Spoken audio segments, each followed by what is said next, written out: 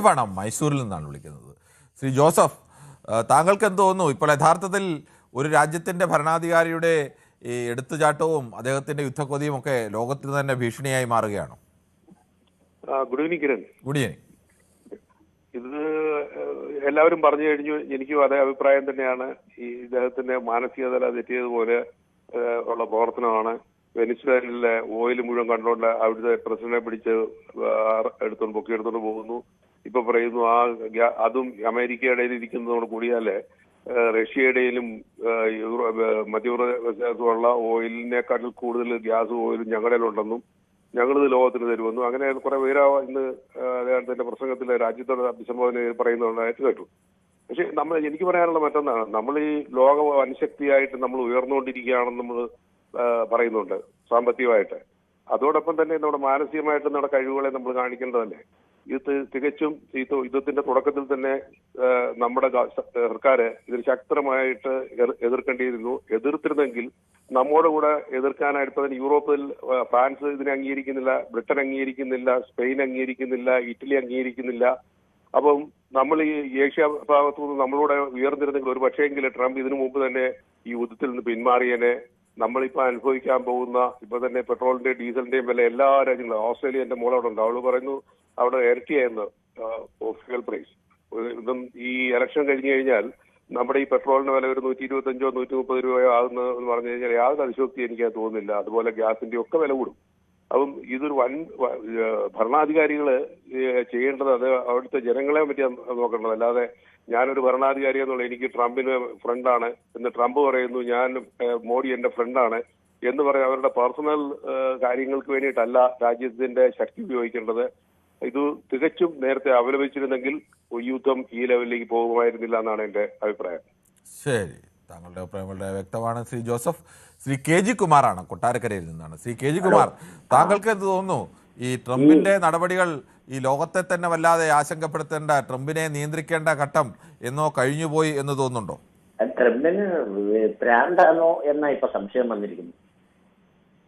കാര്യം ഈ ട്രംപ് ഇന്ന് പറയുന്നതല്ല നാളെ പറയുന്നില്ല, ഇങ്ങനെ മാറ്റി മാറ്റി മാറ്റി പറയുന്നു. വാക്കിന് യാതൊരു സ്ഥിരതയുമില്ല. ഈ അമേരിക്ക പോലൊരു രാജ്യത്തിന് ഇങ്ങനൊരു ഭരണാധികാരി, കാര്യം പല രാജ്യങ്ങളുടെയും കാര്യം അവര് മനസ്സിൽ പോലും ചിന്തിക്കാത്ത കാര്യം ഇദ്ദേഹം ഒന്ന് പറയുകയാണ്. ഇദ്ദേഹം ഞാൻ അവരോട് സംസാരിച്ച് ഇവരോട് സംസാരിച്ച് എല്ലാ കാര്യങ്ങളും ഇങ്ങനെ ആയാലും എന്ത് ചെയ്യാൻ പറ്റും? കാര്യം ഈ നമ്മള് ഈ അമേരിക്ക എന്നുള്ള ഒരു രാജ്യം പല സ്ഥലത്തും അവർ പണ്ട് ഇങ്ങനെ പോയിട്ട് ഇവർക്ക് പാളിച്ചകളൊക്കെ പറ്റിയിട്ടുണ്ട്, ചിലത് വിജയിച്ചിട്ടുമുണ്ട്. അഫ്ഗാനിസ്ഥാനിൽ തന്നെ പോയി വലിയ പരക്കില്ലാതെ പോകുന്നു. പക്ഷെ വിയറ്റ്നാമിൽ പണ്ട് പരാജയപ്പെട്ടു.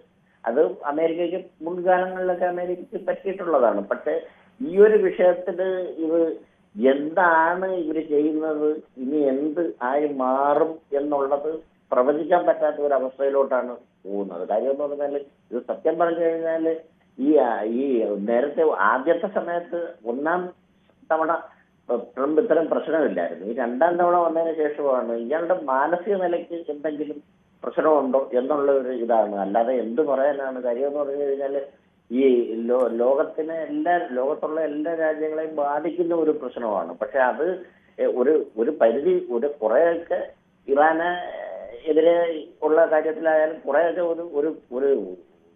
കുറച്ചൊക്കെ ഒരു നയപരമായ കാര്യങ്ങളും കൂടെ നോക്കി തീരുമാനം എടുക്കണ്ടേ? ഇങ്ങനെ തുടങ്ങിയാൽ എന്ത് ചെയ്തു എന്തൊക്കെ അവസാനിക്കുമെന്ന് പറയാൻ പറ്റാത്തൊരു കാര്യം വ്യക്തമാണ്. ശ്രീ ചന്ദ്രശേഖരനാണ്, പാലക്കാട് നിന്നാണ്.